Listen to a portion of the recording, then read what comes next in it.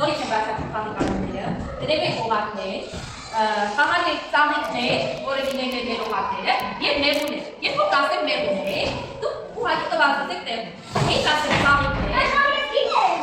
պիտի արագ տեղավորվեք օղակների մեջ, բայց մի պայմանով օգնում եք ընկերներին, որ բոլորս կարողանանք մի օղակում տեղավորվենք, հա, որևէ օղակում տեղավորվենք։